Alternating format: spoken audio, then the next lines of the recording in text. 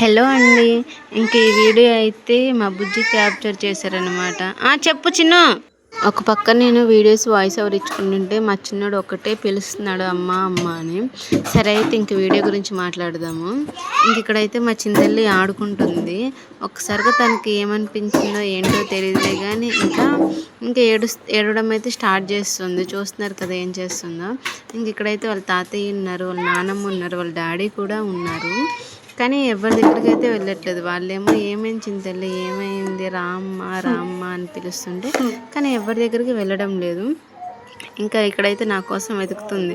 ఇంక ఇక్కడ మా గదిలోకి అయితే తొంగి చూస్తుంది. నేను కనిపించకపోయేసరికి ఇంక ఏడుస్తుంది. ఇక్కడ ఆల్రెడీ వాళ్ళ నాన్నమ్మ అడుగుతుంది, ఏమైందమ్మా ఏడోకు, ఇక్కడే ఉన్నాను రా అనుకుంటూ. కానీ ఇంతమంది ఉన్నా కూడా నేను బయట ఉన్నాను. అప్పుడే ఫ్రెష్ అయ్యి వచ్చి బయట కూర్చొని ఉన్నాను. నా కోసం అయితే ఎదుగుతుంది. ఇంక ఇంతమంది ఉన్నా కూడా ఎవరి దగ్గర వెళ్ళుకోకుండా నా కోసం అని చెప్పి ఇంతలా ఎదుగుతుంది. అసలు ఆ ఫీలింగ్ ఎంత బాగుంటుందో కదండి అసలు. ఇక్కడ చూసారా మా చింతల్లి గడప ఎలా దాటుతుందో. అసలు ఒక టాలెంటెడ్ పర్సన్ అని చెప్పుకోవాలి. అంత పైకి లెగిసి మరి దాటుతుంది అనమాట గడప. ఇంకొకసారిగా నేను కనిపించేసరికి తన మనసు కుదుటపడి ఇంకేడడం అయితే ఆపేసింది. ఇంక ఇక్కడ నా దగ్గరకు వచ్చి అయితే తన లాంగ్వేజ్లో అయితే ఏదో చెప్తుంది. కానీ నాకు అది అర్థం కావట్లేదు. వాళ్ళ లాంగ్వేజ్ వాళ్ళకి మాత్రమే అర్థమవుతుంది కదా ఎంతైనా. ఇంకా ఆ తర్వాత తను అయితే పైకి తీసుకొని అయితే ఇంకిద్దరం అట్లా కొద్దిసేపు ఆడుకున్నాం అనమాట.